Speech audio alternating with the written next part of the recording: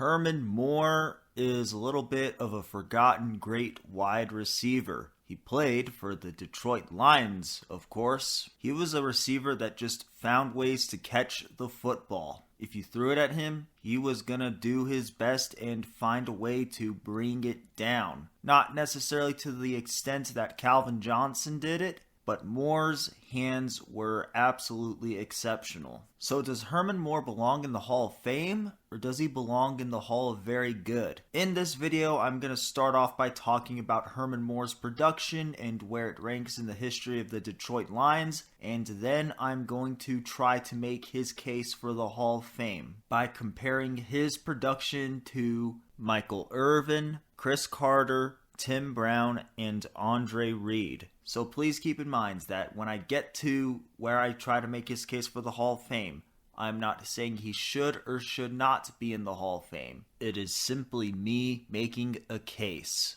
So of course we're going to start with Herman Moore's production and where it ranks in the history of the Detroit Lions, and a little bit about where it ranks in the history of the NFL. Herman Moore was a 4-time Pro Bowler for the Lions and a 3-time first-team All-Pro. Herman Moore's 9,174 receiving yards ranked second in Lions history and 57th in the history of the NFL. His 670 receptions rank second in the history of the Lions and 53rd in the history of the NFL. His 62 receiving touchdowns rank second in the history of the Detroit Lions, and his 63.3 receiving yards per game rank 6th in the history of the Detroit Lions, with a minimum of a 10-game sample size. Now, in terms of his production from scrimmage and his all-purpose yards, all of his scrimmage and all-purpose yards were all receiving, so I'm probably repeating myself a little bit, but his 9,174 yards from scrimmage are third in Lions history, his 9,174 all-purpose yards are third in Lions history, and his 62 total touchdowns rank third in Lions history. His 376 points rank 8th in Lions history. Moore's 27 receptions in the postseason rank first in Lions history, actually.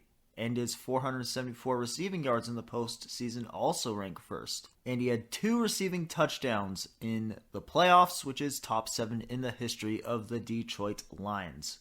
Now, in terms of some notable types of seasons that Moore had, please keep in mind that all of these rankings are in terms of Lions history.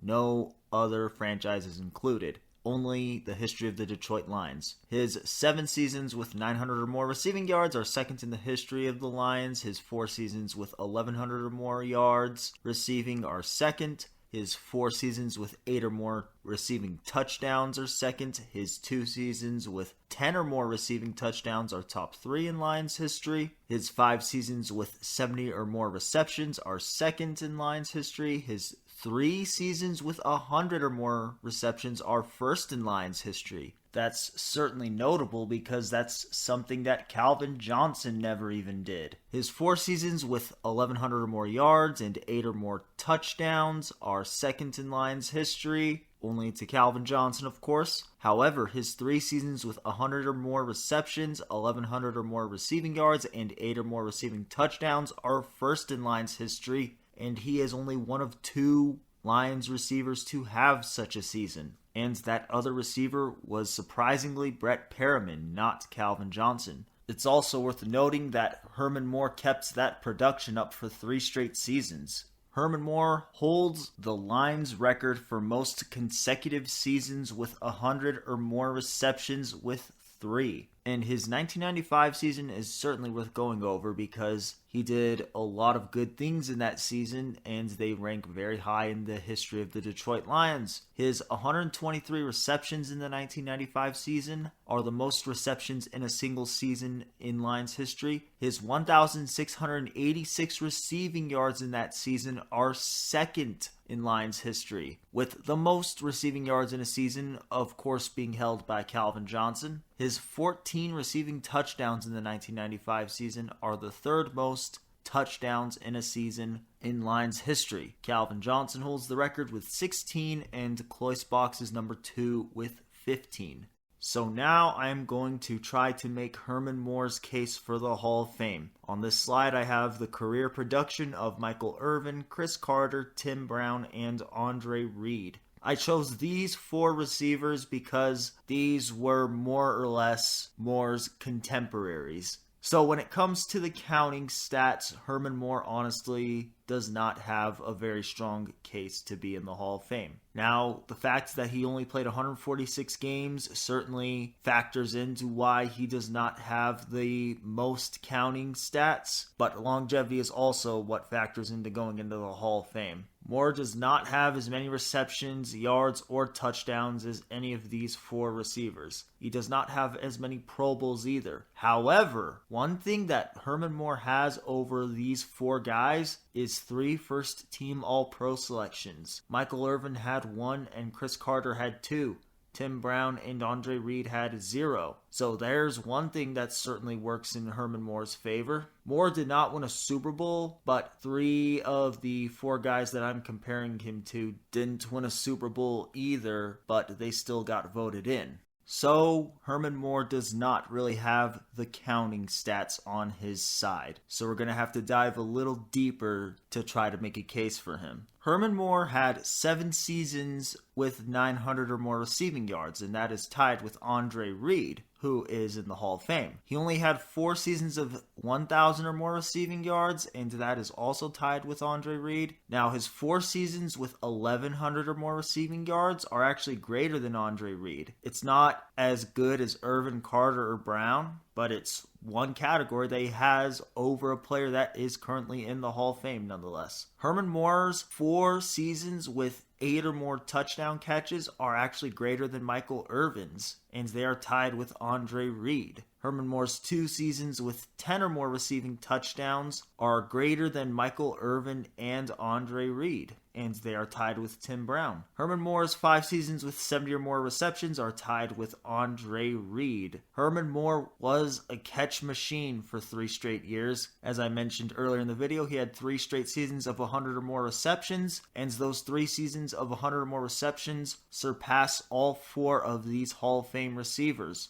Now, his 4 seasons with 1,100 or more yards and 8 or more receiving touchdowns are more than Michael Irvin. They are tied with Chris Carter, and they are greater than Andre Reed. Now, I've picked on Andre Reed a lot on this slide, so I want to clarify that I'm not saying Andre Reed shouldn't be in the Hall of Fame. He deserves to be in the Hall of Fame. This is just me trying to make a case for Herman Moore to be in the Hall of Fame by comparing his production to other Hall of Fame receivers. Now, these next 3 slides are probably where Herman Moore has his strongest case for being in the Hall of Fame. On this slide, I have the best season for each stat for each of these players. Now, you'll notice that I did not include yards per reception. That's because I couldn't decide on a balance between minimum games played and minimum number of catches and stuff like that. But when it comes to individual single season bests, none of these guys caught 123 passes in a single season. The only guy who had more touchdowns in a single season than Moore was Chris Carter with 17. And none of these receivers had more receiving yards in a single season than Herman Moore did. Michael Irvin comes the closest, and Tim Brown is the second closest.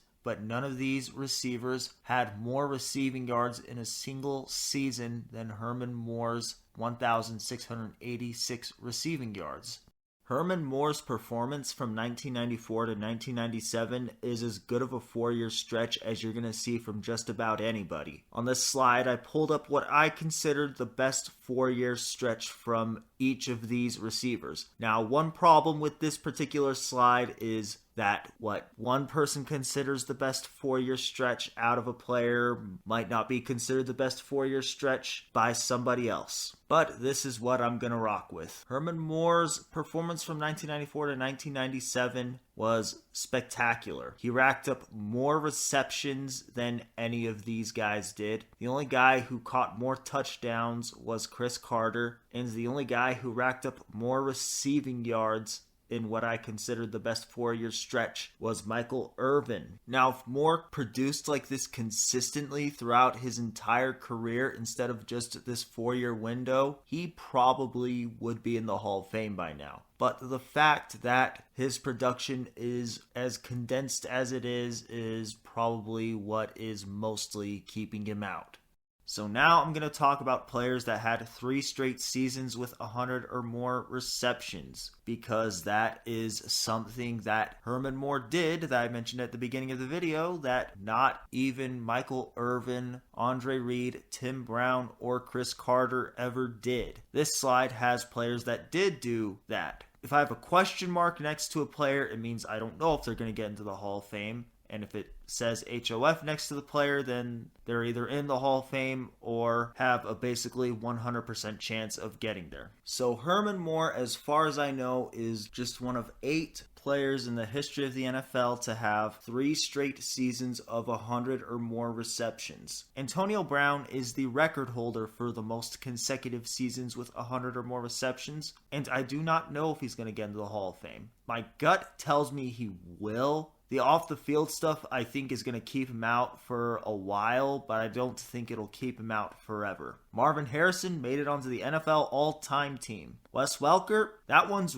really, really tricky. I don't know if he's going to get into the Hall of Fame. Larry Fitzgerald also made it onto the NFL all-time team, and he did have a stretch of having 3 straight seasons of 100 or more receptions. Brandon Marshall is probably more into the Hall of Very Good than he is into the Hall of Fame. Jerry Rice, we all know, is widely considered the greatest receiver of all time, and he is, of course, in the Hall of Fame. Michael Thomas, I have 3+ next to it because his streak is currently active. Assuming he stays healthy, he will probably be getting into the Hall of Fame. Now, one thing that Herman Moore has over a lot of other players is not just 3 straight seasons with 100 or more receptions. Herman Moore had 3 straight seasons of 100 or more receptions, 1,100 or more yards, and 8 or more receiving touchdowns. Antonio Brown, Marvin Harrison, and Jerry Rice are the only other 3 players that I could find that had such streaks. And I already talked about Antonio Brown, and